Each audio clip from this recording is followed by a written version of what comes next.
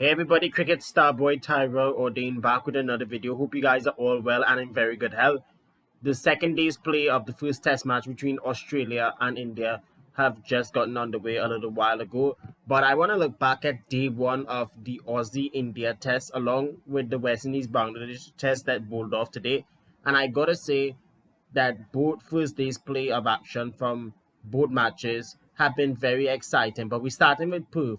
17 wickets falling for 217 runs over at Optus Stadium, Perth. And I have to tell you all, it's a total bowler's paradise, all because of Stark, Hazelwood, Cummings, and Mitchell Marsh for the Aussies. As for the Indians, it was all about standing captain Jasprit Bumrah with his forfer, Mohammad Siraj, and the debutant Rashid Rana. And over in North Sound Antigua, the first hour of day one belonged to the Bangladeshi bowlers. They took total control. Then those two wonderful innings that big partnership involving Mikel Louis and Alec Athanaze got West Indies out of all sorts of trouble. And then late in the day, once both of them got out in the nervous 90s, the West Indies, the home team, had the slight edge over Bangladesh in the first test match played at the Sir Viv Richards Stadium in Antigua. And speaking of Sir Viv Richards, 50 years ago today, he and Gordon Greenwich made their international debuts. And I believe before the start of that test match, both of them got mementos. But let's get back with the start of the Border Gavaskar Trophy. The visiting men in blue chose to bat first, having made 6 changes from the side that lost 3 matches to nil at home to New Zealand earlier this month. And things went haywire from the start as they were reduced to 32 for 3 and 73 for 6 respectively. Rishabh Pant's 37 and debutant Nitish Kumar Reddy's 41 dragged the visitors from a precarious situation to a level of respectability before their bowlers tore through the Australian batting lineup. And what I meant by Aussie bowlers, Mitchell Marsh took 4 wickets. There were 2 wickets each for Stark, Hazelwood, and also Paddy Cummins. Now, this was actually Mitchell Marsh's first test match in a long while because he was injury prone in the past. But if you're an Aussie fan, just look away because by the end of day one, they had closed on 67 for 7, trailing by 83 runs, with both Travis Head and Mitchell Marsh scoring a combined total of 17.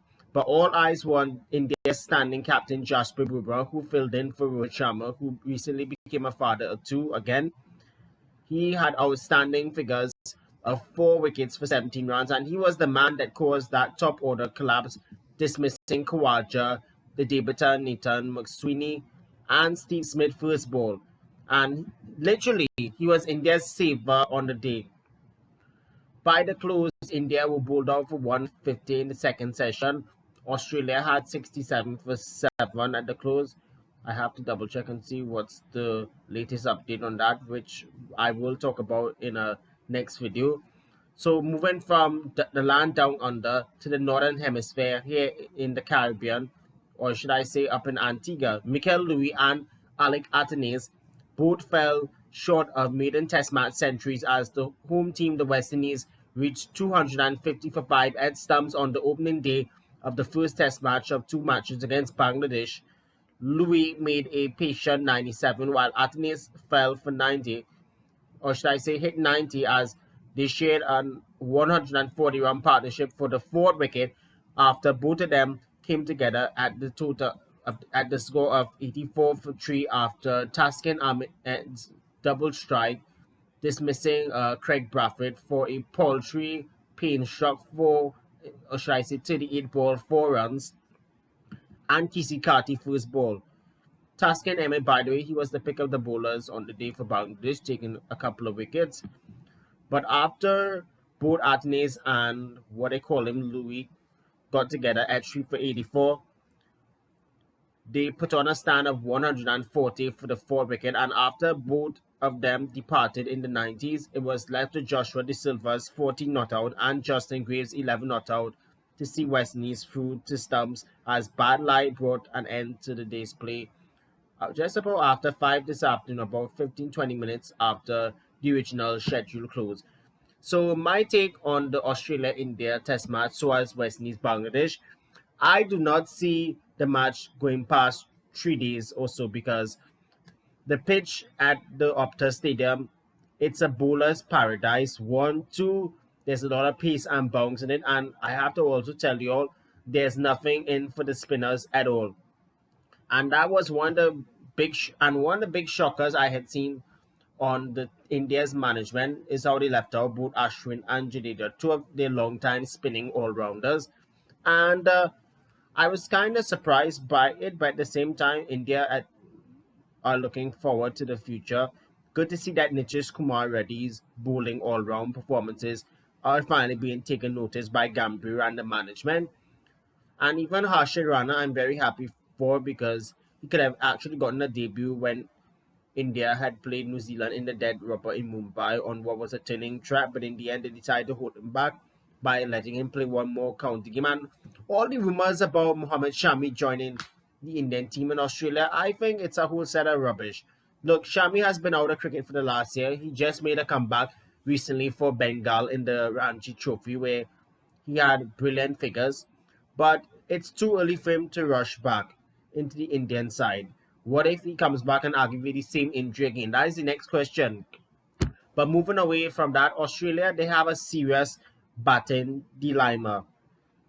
For the entire year, Australia have been out of sorts in all formats when it comes to their batting order, and it's something that they got to fix very quickly.